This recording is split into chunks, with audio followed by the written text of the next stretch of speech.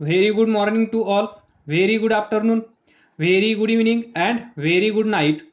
In this lecture, we will discuss magnetic field produced by current in a circular loop on its axis. त्यालाच आपण असं म्हणू शकतो the magnetic field on axis of circular loop in short.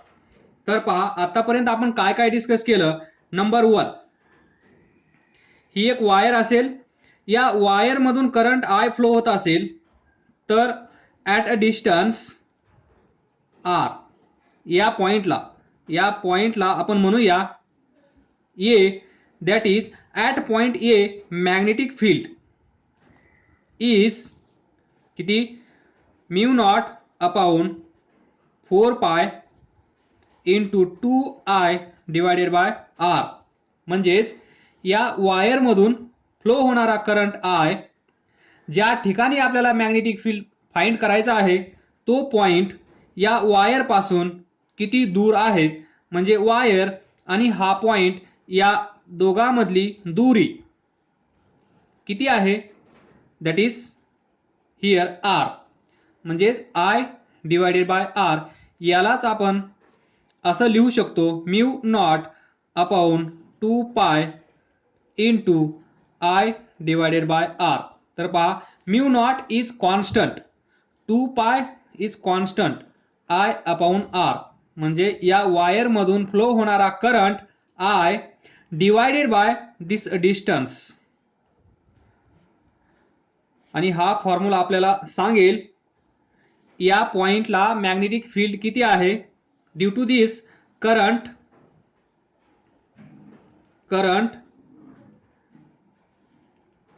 Carrying wire. त्यानंतर आपण पाहिलं ही wire इथे straight आहे, याच वायरला जर आपण असं बनवलं म्हणजेच याला आपण काय म्हणतो सर्क्युलर आर्क. तर ही जर सर्क्युलर आर्क असेल तर याला सेंटर पण असेल, that is point O is centre of this circular arc. ही असेल रेडियस, ही पण असेल रेडियस. तर ही आर्क इथे सेंटरला काहीतरी अँगल सबटेंड करेल. तर या केसमध्ये at point O that is centre of this circular arc, त्या पॉइंटला मॅग्नेटिक फील्ड किती असेल mu not divided by 4 pi into I divided by R into this theta, where theta is in radian. पहा हा फॉर्म्युला आणि हा formula same आहे, थोडे थोडे चेंजेस होत आहेत. देन नंबर 3, ही एक वायर असेल, या वायर मधून करंट आय फ्लो होत असेल, समजा I1. त्याच्या शेजारी ही दुसरी वायर असेल, त्या वायर मधून फ्लो होणारा करंट I2 असेल. या दोन वायर मधलं डिस्टन्स D असेल, तर ही वायर याच्यावर फोर्स एक्झर्ट करते, वायर 1 वायर 2. तर इथे पहा force on wire 2 due to wire 1. ही वायर याच्यावर फोर्स एक्झर्ट करत असेल, याला आपण म्हणतो force on wire 1 due to wire 2. तर F21 is equal to minus F12. तर पहा ही वायर याच्यावर फोर्स एक्झर्ट करत असेल, ही वायर याच्यावर फोर्स एक्झर्ट करत असेल, त्याला आपण काय म्हणतो फोर्स ऑफ अट्रॅक्शन. म्हणजेच ही वायर या वायरला इकडे खेचत असेल, ही वायर या वायरला इकडे खेचत असेल, तर हा फोर्स म्हणजे हा आणि हा फोर्स म्हणजे हा. तर हे दोन फोर्स कसे असतील, मॅग्निट्यूडचा विचार केला तर सेम, डायरेक्शनचा विचार केला तर अपोजिट. या सर्व गोष्टी तुम्हाला लक्षात ठेवायच्या आहेत. त्यानंतर तर पहा F21 किती आहे mu not upon 2 pi into I1 I2 divided by D. तर पहा mu not upon 2 pi into या वायरमधून जाणारा करंट आणि या वायरमधून जाणारा करंट या दोघांचा प्रोडक्ट डिवायडेड बाय दुरी, डिवायडेड बाय दुरी म्हणजेच distance between two wires D. त्यानंतर छोटासा एक्सपेरिमेंट आपण केला. या वायरमधून फ्लो होणारा करंट I1 असेल, याच्या शेजारी ठेवलेली ही वायर, या वायरमधून जाणारा करंट I2 असेल, पण या करंटची डायरेक्शन याला म्हणजे I1 ला अपोजिट असेल. या केसमध्ये असं दिसून आलं की यांच्यामध्ये फोर्स ऑफ अट्रॅक्शन होत नाही, तर इथे काय होतं, रिपल्शन. म्हणजे या दोन वायर एकमेकांना काय करतात, ही वायर याला म्हणेल इकडे जा, ही वायर याला म्हणेल इकडे जा, याला आपण काय म्हणतो, या दोन वायरवर जे फोर्स एक्झर्ट होत आहेत त्या फोर्सचं नाव आहे रिपल्सिव्ह फोर्स. म्हणजेच इथे रिपेल म्हणजेच रिपल्शन होत असेल, कारण इथे जे फोर्स एक्झर्ट होत आहेत ते फोर्स कसे आहेत, रिपल्सिव्ह. इथे जे फोर्स एक्झर्ट होत आहेत ते फोर्स कसे आहेत, अट्रॅक्टिव्ह. म्हणजेच पॅरलल, हे पहा, या दोन वायर आणि या दोन वायर पॅरलल आहेत, पण पॅरलल करंट अट्रॅक्ट करतात, अँटी पॅरलल करंट रिपेल करतात. हे लक्षात ठेवा. तर आज आपण या लेक्चरमध्ये डिस्कस करणार आहोत magnetic field. Magnetic field produce by current. एवढं तर आपल्याला माहित आहे, एखाद्या वायरमधून करंट फ्लो होत असेल तर ही वायर मॅग्नेटिक फील्ड प्रोड्यूस करते. म्हणजेच magnetic field produce by current in circular loop. तर आतापर्यंत आपण स्ट्रेट वायर कन्सिडर केली, त्यानंतर आर्क कन्सिडर केली. आज आपण कन्सिडर करणार सर्क्युलर लूप, आणि त्या सर्क्युलर लूपमुळे मॅग्नेटिक फील्ड जे तयार होणार आहे ते कुठे फाइंड करायचं आहे, ऑन इट्स ॲक्सिस. म्हणजे सीन पहा, ही असेल सर्क्युलर लूप, हा असेल त्याचा सेंटर, ही असेल त्याची ॲक्सिस. म्हणजे या पॉइंटला, या पॉइंटला, या पॉइंटला, या पॉइंटला, या पॉइंटला, या पॉइंटला, आणि शेवटचा जो पॉइंट असेल तो कुठे असेल, ॲट इन्फिनिटी. पहिला जो पॉइंट असेल तो कुठे असेल, at centre of this circular loop. Last point कुठे असेल, ॲट इन्फिनिटी. या दोन पॉइंट मधला कुठलाही पॉइंट तुम्ही कन्सिडर करा, तर त्या पॉइंटला याच्यातून करंट फ्लो होत असेल, दिस I करंट. म्हणजेच हा सर्क्युलर लूप, या सर्क्युलर लूपमधून फ्लो होणारा करंट I. मग आपल्याला माहित आहे current carrying conductor, current carrying wire produce magnetic field. मग हा लूप पण मॅग्नेटिक फील्ड प्रोड्यूस करत असेल, मग त्याची स्ट्रेंथ सेंटरला किती असेल, इथे किती असेल, इथे किती असेल, ॲट इन्फिनिटी किती असेल, इन्फिनिटीच्या अगोदरचा पॉइंट इथे किती असेल, ही मॅग्नेटिक फील्ड आज आपण या लेक्चरमध्ये डिस्कस करणार आहोत. तर पहा, हा जो सेंटर पॉइंट आहे इथे मॅग्नेटिक फील्ड आपण ऑलरेडी फाइंड केली आहे या लेक्चरमध्ये. कारण ही जी सर्क्युलर आर्क आहे यालाच आपण जर असं एक्सटेंड करून सर्कल बनवलं तर हा पहा, हाच लूप तयार होत आहे, आणि इथे आपण फाइंड केलं होतं मॅग्नेटिक फील्ड ॲट सेंटर. तर लक्षात ठेवा, that is B is equal to mu not upon 2 into I by R. म्हणजे at centre of circular loop. जर हा सर्क्युलर लूप असेल, याच्यातून करंट I फ्लो होत असेल, तर या सर्क्युलर लूपच्या सेंटरला मॅग्नेटिक फील्ड किती असेल, तर एवढा असेल mu not divided by 2 into I by R.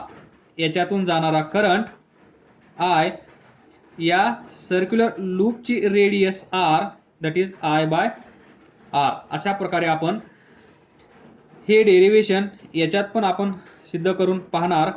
एक स्पेशल केस म्हणजे अगोदर आपण मॅग्नेटिक फील्ड या सर्क्युलर लूपमुळे या ॲक्सिसवर किती असते हे फाइंड करणार. त्यानंतर त्याच्यामध्ये एक स्पेशल केस. तर पहा, स्पेशल केस म्हणजे हे सर्व पॉईंट्स या ॲक्सिसवर आहेत. तर हा सेंटर पॉईंट या ॲक्सिसवर आहे आणि हा सेंटर पॉईंट या सर्क्युलर लूपचा सेंटर पण आहे. तर त्या केसमध्ये आपल्याला इथे पण हाच फॉर्म्युला भेटतो की नाही हे पण आपण पाहूया. तर पहा, इथे आपण स्मॉल आर घेतला आहे, आर आर, इथे कॅपिटल आर घेतला आहे. तर समजून घ्या R R R R. Now see, let R बी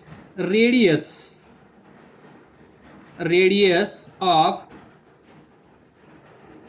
circular loop. त्यानंतर I be current flowing through this circular loop. Now see, to find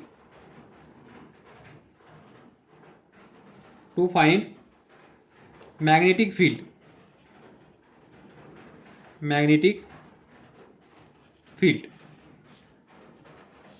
consider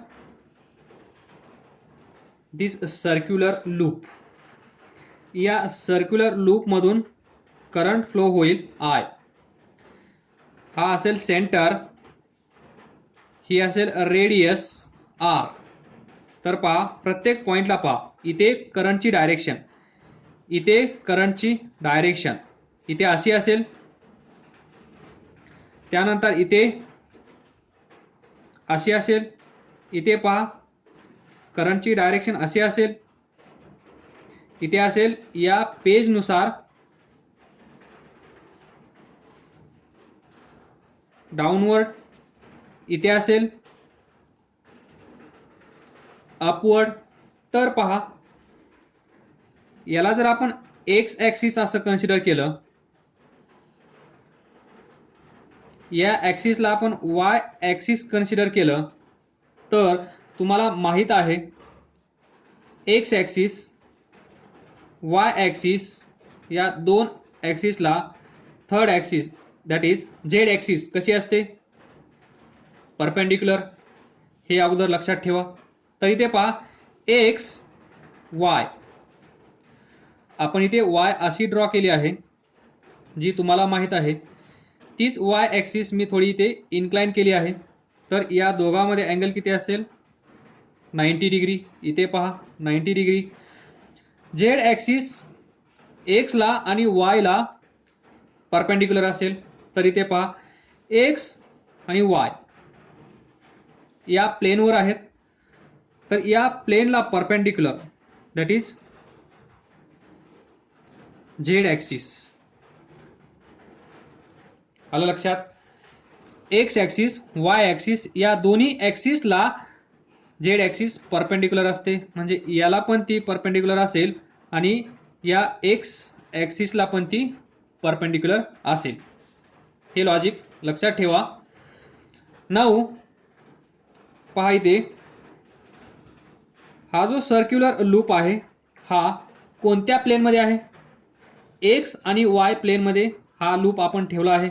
circular loop ज्याच्यातून करंट आय फ्लो होत आहे, हा सर्क्युलर लूप आपण एक्स वाय या प्लेनमध्ये ठेवला आहे, ज्या प्लेनला झेड ॲक्सिस परपेंडिक्युलर आहे. तर आपल्याला फाइंड काय करायचं आहे, हा सर्क्युलर लूप, याच्यातून फ्लो होणारा करंट आय, हा त्या सर्क्युलर लूपचा सेंटर मधून जाणारी ही ॲक्सिस, या ॲक्सिसवर इथे इथे इथे इथे इथे इथे किंवा ॲट इन्फिनिटी किंवा ॲट सेंटर ओ इथे मॅग्नेटिक फील्ड किती असेल, इथे मॅग्नेटिक फील्ड किती असेल, हीच सिच्युएशन मी इथे अशी दाखवली आहे व्हर्टिकल. तर पहा, आतापर्यंत आपण भरपूर सारं काही डिस्कशन केलं to find magnetic field due to straight conductor, due to circular arc. तर इथे पहा सर्क्युलर लूप आहे, सर्क्युलर लूप. तर त्या दोन्ही डेरिवेशनमध्ये आपण कोणती मेथड यूज केली? एक गोष्ट म्हणजे बायोट सेवर्ट लॉ यूज केला. तर बायोट सेवर्ट लॉ यूज करण्यासाठी आपल्याला गरज आहे ती कशाची हे तुमच्या लक्षात आलं असेल. हा जो सर्क्युलर लूप आहे, हा जो सर्क्युलर लूप आहे, या सर्क्युलर लूपचा आपल्याला छोटासा छोटासा छोटासा पार्ट कन्सिडर करावा लागेल, छोटासा तुकडा कन्सिडर करावा लागेल. आणि त्या छोट्याशा पार्टमुळे समजा हा पॉइंट आज आपण इथे कन्सिडर करूया, फ्रॉम दिस पॉइंट ओ, इथे ज्या पॉइंटला आपल्याला मॅग्नेटिक फील्ड फाइंड करायचा आहे ऑन दिस ॲक्सिस, तो पॉइंट म्हणजे ए. तर याचं डिस्टन्स या ॲक्सिस पासून आपण कन्सिडर करूया झेड. तर पहा, या केसमध्ये आपण इथे छोटासा पार्ट कन्सिडर केला. इथे आपल्याला मॅग्नेटिक फील्ड फाइंड करायचं होतं ॲट अ डिस्टन्स आर. त्यानंतर सर्क्युलर लूपमध्ये हा सेंटर असेल ओ, तर इथे आपण छोटासा पार्ट कन्सिडर केला ॲट डिस्टन्स आर. त्याचप्रमाणे आज आपण या सर्क्युलर लूपचा एक पार्ट इथे कन्सिडर करणार, हा छोटासा पार्ट. बरोबर, तुम्ही इथे कन्सिडर करू शकता, इथे कन्सिडर करू शकता, इथे कन्सिडर करू शकता, कुठेही तुम्ही कन्सिडर करू शकता. हे छोटे छोटे पार्ट्स, एलिमेंट्स, त्यालाच आपण या टॉपिकमध्ये काय म्हणतो, याच्यातून जाणारा करंट आय, याची लेंथ डी एल. बरोबर, हा जो छोटासा पार्ट आहे याच्यातून करंट या पॉइंटला आय फ्लो होत आहे, याची लेंथ डी एल. तर आय डॉट डी एल, याला आपण काय म्हणतो या टॉपिकमध्ये, करंट लेंथ एलिमेंट. लक्षात असेल, कोणता एलिमेंट, करंट लेंथ एलिमेंट.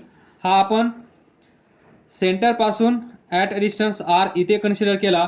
तर ज्या पॉइंटला आपल्याला फाइंड करायचा आहे मॅग्नेटिक फील्ड, त्या पॉइंट पासून जिथे आपण हा कन्सिडर केला त्याचं डिस्टन्स कन्सिडर करूया आर. हे डिस्टन्स व्हर्टिकली आपण कन्सिडर केलं झेड. तर इथे हे डिस्टन्स आहे radius of this circular loop R. जिथे फाइंड करायचं आहे मॅग्नेटिक फील्ड त्या पॉइंटचं या करंट लेंथ एलिमेंट पासूनचं डिस्टन्स आहे आर. तर हा छोटासा राईट अँगल ट्रायंगल तुम्हाला दिसत असेल. त्यानंतर इथे angle between this radius and this position vector, त्या दोघांमधला अँगल कन्सिडर करूया थीटा. इथे अजून एक दुसरा अँगल मी एक्सप्लेन करणार आहे, तो अँगल आणि हा अँगल वेगळा असेल, तर कन्फ्युजन करून घेऊ नका. या छोट्याशा पार्टमुळे तयार होणारं मॅग्नेटिक फील्ड ॲट पॉइंट ए, जर आपल्याकडे छोटासा पार्ट असेल, त्याच्यातून जाणारा करंट आपल्याला माहीत असेल, त्याची लेंथ आपल्याला माहीत असेल, त्याच्यामुळे कुठे मॅग्नेटिक फील्ड आपल्याला फाइंड करायचं आहे, किती डिस्टन्सवर मॅग्नेटिक फील्ड आपल्याला फाइंड करायचं आहे, ते डिस्टन्स जर आपल्याला माहीत असेल, तर आपल्याला बायोट सेवर्ट लॉ नुसार ते छोटंसं तयार झालेलं magnetic field D B bar किती असतं, mu not divided by 4 pi current D L bar cross R bar divided by R cube. तर या इक्वेशनचा अर्थ असा असेल म्यू नॉट अपॉन 4 पाय, हे कॉन्स्टंट आहे. हा जो छोटासा पार्ट आहे जो आपण या सर्क्युलर लूपचा कन्सिडर केला आहे, या छोट्याशा पार्टमुळे ज्याच्यातून करंट आय फ्लो होत आहे, ज्याची लेंथ डी एल आहे, ज्याचं डिस्टन्स या पॉईंटपासून इथपर्यंतचं आर आहे, हे सर्व आपल्याला माहीत असेल तर आपण 100% सांगू शकतो या पॉईंटला जे मॅग्नेटिक फील्ड असेल ते किती असेल, D B bar is equal to mu not upon 4 pi I D L bar R bar divided by R cube. हे लक्षात ठेवा. त्यानंतर इथपर्यंत जर कोण पोहोचला असेल तर इथून पुढे फिजिक्स संपलेला असेल, इथून पुढे सुरू होईल ते मॅथ आणि थोडंफार फिजिक्स, जे नॉर्मल असेल, जे सर्वांना कळेल. कारण एका पार्टमुळे इथे तयार होणारं मॅग्नेटिक फील्ड एवढा असेल तर हा याच्या पुढचा जो पार्ट आहे हा पण इथे तेवढंच मॅग्नेटिक फील्ड प्रोड्यूस करेल, त्याच्या पुढचा तो पण इथे तेवढंच मॅग्नेटिक फील्ड तयार करेल, कारण ही सर्क्युलर लूप आहे. हा पॉईंट घ्या, हा पॉईंट घ्या, हा पॉईंट घ्या किंवा कुठलाही पॉईंट घ्या, तो पॉईंट या पॉईंटपासून कसा असेल, इक्विडिस्टंट. समजतं? इथे पहा, ही सर्क्युलर लूप आहे आणि हा पेन म्हणजे ही झेड ॲक्सिस आहे. तर या पेनवर कुठलाही एक पॉईंट कन्सिडर करा, त्या पॉईंटपासून इथलं किंवा इथलं किंवा इथलं किंवा इथलं डिस्टन्स कसा असेल, सेम. तर पहा, इथे इमॅजिन होईल तुम्हाला हा कोन. तर पहा, हा जो कोन आहे, हा सेंटर, हा पॉईंट म्हणजे ए पॉईंट. तर याच्यामध्ये पहा, या सर्व लाईन्स या पॉईंटपासून कशा असतील, ॲट इक्वल डिस्टन्स. त्यामुळे कुठलाही पार्ट तुम्ही कन्सिडर करू शकता. तर आपल्या सोयीनुसार आपण हा पार्ट कन्सिडर केला आहे, ज्या पॉईंटला इमॅजिन करणं सोपं होतं. तर आपल्याला भेटला आहे magnetic field finally due to this छोटासा पार्ट. तर आता आपण काय करू शकतो, याच्यामुळे याच्यामुळे याच्यामुळे सर्वांमुळे मॅग्नेटिक फील्ड इथे तयार होत असेल, या सर्वांना आपण ॲड करूया. आणि ॲड करण्यासाठी आपण कोणती टेक्निक यूज करतो सर्वांना माहीत असेल, कोणती, integration technique. By taking integration of this equation will get the total magnetic field produced at point A due to this circular loop. थोडंसं बेसिक इथे पहा, from this equation dB bar is perpendicular to dl bar, dB bar is perpendicular to r bar. हे लक्षात ठेवा, कारण तुम्हाला माहित आहे हा जर ए बार असेल, हा जर बी बार असेल, तर यांचा जो रिझल्टंट आहे, हा रिझल्टंट कसा असतो, ए बार क्रॉस बी बार. आणि हा A bar cross B bar that is N cap unit vector कसा असतो, perpendicular to A bar and perpendicular to B bar. म्हणजेच हा ए क्रॉस बी बार हा परपेंडिक्युलर असतो कुणाला, प्लेनला, ज्या प्लेनमध्ये ए बार आणि बी बार आहेत. तर याला कन्सिडर करा एक्स ॲक्सिस, याला कन्सिडर करा वाय ॲक्सिस, झेड ॲक्सिस, जी या एक्स ॲक्सिसला आणि वाय ॲक्सिसला असेल परपेंडिक्युलर अशी, ही बरोबर. ती डायरेक्शन म्हणजे ए क्रॉस बी ची डायरेक्शन. तर इथे असंच काहीच आहे, D B bar is equal to हे सर्व, त्यामध्ये D L bar cross R bar आहे, म्हणजेच D B bar is perpendicular to D L bar, D B bar is perpendicular to R bar. हे लक्षात ठेवा. आणि या डेरिव्हेशनमध्ये हेच महत्त्वाचं आहे, हेच महत्त्वाचं आहे, हेच महत्त्वाचं आहे.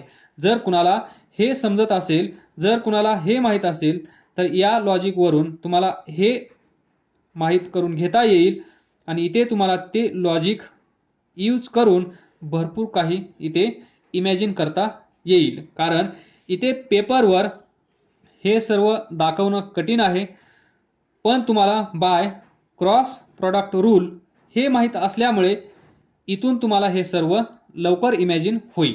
इथे पण आपण प्रयत्न करूया इमॅजिन करण्याचा. तर पहा, ही आहे आपली सर्क्युलर लूप. हा सेंटर, हा Z axis, x axis, Y axis. तर इथे फाइंड करायचं आहे मॅग्नेटिक फील्ड. हे डिस्टन्स आपल्याला माहीत आहे झेड. इथे आपण छोटासा एलिमेंट कन्सिडर केला आहे, त्याचं डिस्टन्स या पॉईंटपासूनचं आहे आर. या दोघांमधला अँगल आहे थीटा.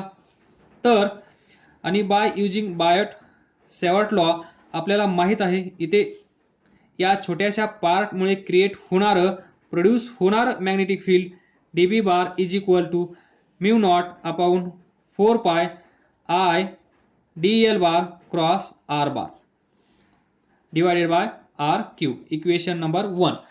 तर इथे थोडंसं राईट हँड रूल यूज करून इमॅजिन करण्याचा प्रयत्न करा, जे या डेरिव्हेशनमधलं सर्वात महत्त्वाचं आहे ते. तर पहा, इथे डायरेक्शन ऑफ करंट कशी आहे, अशी, इथे अशी, इथे या डायरेक्शनमध्ये, इथे या डायरेक्शनमध्ये. तर ही पोझिशन इमॅजिन करा. इथे डायरेक्शन ऑफ करंट कशी आहे, अशी, म्हणजेच या डायरेक्शनमध्ये करंट फ्लो होत आहे अपवर्ड. या प्लेननुसार, या पेजनुसार या डायरेक्शनमध्ये करंट फ्लो होत आहे. तर राईट हँड रूल काय सांगतो, हा कंडक्टर उजव्या हातामध्ये आहे असं इमॅजिन करा. ज्या डायरेक्शनमध्ये करंट फ्लो होत आहे त्या डायरेक्शनमध्ये थंब ठेवा, बरोबर. त्यानंतर इमॅजिन करा ही 4 फिंगर्स कर्ल करा. त्यावेळेस पहा, या कंडक्टरच्या या साईडला ही 4 फिंगर्स वर येत आहेत. या कंडक्टरच्या या साईडला ही 4 फिंगर्स प्लेनमध्ये जात आहेत, म्हणजे एका साईडला प्लेनच्या बाहेर येत आहेत. त्याच वेळेस ती एका साईडला प्लेनच्या आतमध्ये जात आहेत. तर इथे हा कंडक्टर आहे, बरोबर. या साईडला ती बाहेर येत आहेत, या साईडला ती आतमध्ये जात आहेत. तर ही सिच्युएशन पहा, म्हणजेच इथे जी मॅग्नेटिक फील्ड लाईन असेल ती अशी असेल. या साईडला coming out of the plane, या साईडला गोईंग इनटू द प्लेन. त्याचप्रमाणे इथे कशी असेल, तर पहा डायरेक्शन ऑफ करंट कशी आहे, अशी आहे. म्हणजेच आपल्याला हे उलट पकडावं लागेल या प्रकारे. थंब पहा, थंबची डायरेक्शन. त्यानंतर पहा 4 फिंगर्स या कंडक्टरच्या या साईडला ती आतमध्ये जात आहेत आणि त्याच वेळेस इकडे ती वर येत आहेत. म्हणजेच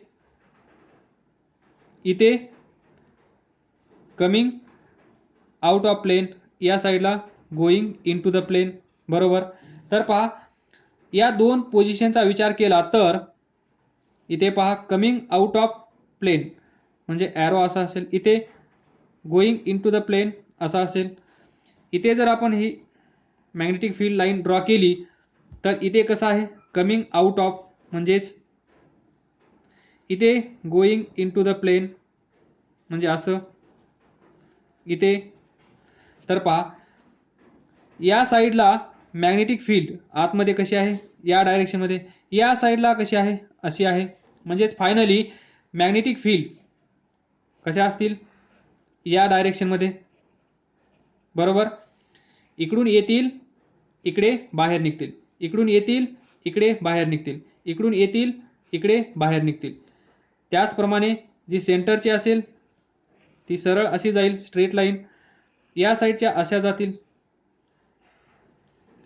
या असतील मॅग्नेटिक फील्ड लाईन्स, या सर्क्युलर लूपमधून बाहेर येतील, या अशाच इकडे बेंड होतील, या साईडच्या इकडे बेंड होतील आणि सेंटरवाली अशी स्ट्रेट पुढे जाईल. तर हा सीन तुमच्या लक्षात आला असेल.